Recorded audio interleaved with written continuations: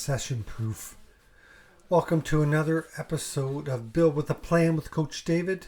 Today I want to talk about, what's on a lot of people's minds right now is, what happens when things are hitting the bad times, recession, that type of stuff. There's been lots of talk right now of tariffs going back and forth with counter tariffs.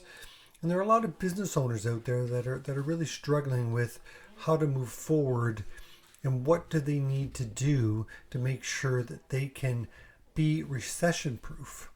And that's what I want to talk about today. COVID happened not that long ago, hit a lot of businesses hard. Those who were able to pivot were able to survive. Those who were not able to pivot, they kind of perished, if you will. And that's kind of what I want to talk about today, right? There's a lot of businesses out there that are built on the business model of one-time purchases. And this can make it difficult for the client to buy from you again. If you're selling bigger items, a great example that I'll touch on a bit later is if you're a dog breeder. When you sell that dog, then they're going to have, that person has bought the dog. They're likely not going to buy from you again, or if so, it will likely be 10 to 15 years down the road after the dog they just bought from you gets older. Yes, sure, if you've got good service and, it's a nice breed, you might get recommendations. But again, those are just one-time purchases. And it'll be a long time before that client comes back again. So what I want to talk about today specifically is reoccurring revenue. Now that's the best model to keep money flowing, revenue flowing in, generally speaking, on a monthly basis. It's a very powerful business model that pretty much every software company out there uses right now. I come from, in my past, the design side of things, and Adobe had this suite called the Creative Suite. It had a layout, an illustration, and it had the infamous, Photoshop that everyone likes to use in movies and TV shows. Oh, we'll just Photoshop this. Now, you used to be able to buy that for about $1,500, and it was a lifetime subscription on that. Right? But here's the thing. Once you've bought it, yes, you get upgrades, but those they're not really revenue generating. But when you think about it now, one time, they don't need to buy from you for a very long time. Then they went to a subscription model. Now they charge $90 a month now for that. So now we're talking just over $1,000 per year to use that software.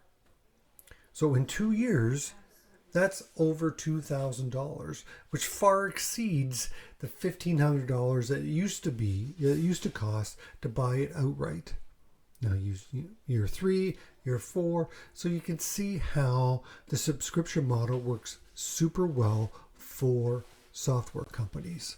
Hot water tanks, same thing. Back in the day, I don't know if some of you out there were old enough, but you used to be able to either buy a phone or rent a phone or buy a receiver for your cable or rent a receiver.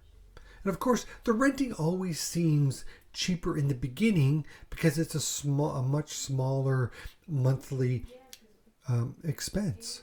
But over time, it adds up to far more than if you were to buy it outright. So, what does that mean for you? What can you create as an ongoing service or product for your business so that you can create this business model that employs reoccurring revenue? Think service plan, consumable products, great consumable products. Business model there is the inkjet printer. Most of you can go out there and you can buy an inkjet printer for $50, $60, maybe even $80. You go, oh, that's great. But then within a month or two, because they only load it with a little bit of ink, now you have to go buy more ink. And how much is that ink? It's about the same price as buying a brand new, slightly cheaper. But they say, oh yeah, you can get more pages with this. You don't need to buy a new printer. And besides, you've already got that printer working. You don't want to bring in a new printer and figure out how to get it to work. Now, that's not necessarily a subscription plan, but those are consumables. Another great consumable scenario is something like back to the dog breeder. You sell the dog once, but if you can find yourself a really good dog food product, and then you can either just make sure it's just not your regular Purina, dog food out there that you can get at any discount pet store or at Walmart, that type of stuff. You don't want that. You want a premium dog food that is hard to get pretty much anywhere else. And then if you're in a position, you can private label that. Go to the manufacturer and say, okay, I want to private label your food with my branding on it. And then now you're selling the dog, but now you're selling a premium dog food, right? It's a consumable. They're going to eat through that bag and then they're going to buy from you again. And this is why you want to make sure that it's a premium dog food that the pets really like. So they're going to keep coming back, time and time again. Now think about this. You can install a pool, or you could be the person that supplies the chemicals and openings and closing of that said pool. Now, pool companies, they can do both. If they were smart, they do the one-off, but you got to remember too, you sell that pool once, maybe you make a bigger chunk of revenue or profit on that, but then you got to go find yourself a new client to make that money. So let's say you install the pool, but now you can supply the chemicals, you can supply the closings and the openings, anything that has to do with the pool that is a consumable. Now you've got revenue coming in on a very regular basis. Another thing you can think about is, either a subscription plan, or even, prepaid payment plans for services that you're either going to render in a little bit, or something that you can say, we'll do the service now, but we're going to equal bill you over the next 12 months. Yes, I know there are other forms of credit available, but those typically you work with a service, you pay them a fee, they buy basically the debt from you, and then they collect from the customer. You get your money up front, but it's usually discounted. So what I'm suggesting is you fund the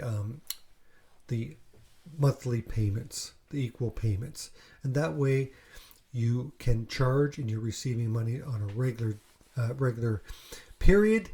And the great thing there too is you can charge more monthly for that service. Like just the easy math, let's say it's $1,200 for that service that you provide. Then you could say, well, it's $1,200 or it's $125 a month. $125 over that 12 months works out to be much more than the $1,200. So you start controlling that and you start to make a little bit more profit because you've spread it over time, but you can charge a bit more. Just like all the car insurance companies out there, you can pay one price, get it slightly cheaper, or you do it over the monthly payment, and then you actually end up paying more. And another great thing that I've seen is the pet insurance. Now, the pet insurance, of course, is typically for services that they're going to receive at some point. Just like any insurance company out there, you're prepaying for a service that you might need. Chances are, some of those you are going to use, but some of them you may not. Like if it's a major surgery for your pet that's covered under the insurance, you pay a higher premium. But if you never actually have to call on that insurance for a major surgery, then it's money into the veterinarian's pocket and not yours. So whatever business that you have, whether it's a product or service, look at, can you set up a service plan? Can you start introducing consumable products? Can you have a subscription plan? Or can you have a payment plan? Or can you do prepay for services like insurance, that type of stuff? So that is one of the best ways to make sure that you're recession proof, because that way you have money coming in on a regular basis. And those clients are there long term. You don't need to, sell it once and then go try to find a new client and sell it again and buy a new client. But then you've got them and they're buying from you on a regular basis. So that's the best way, in my opinion, for you to be able to become recession proof. Hopefully you are enjoying this podcast, Build with a Plan. If you're just joining me now, there are 9 previous episodes. Please get caught up. And until next time, Coach David out.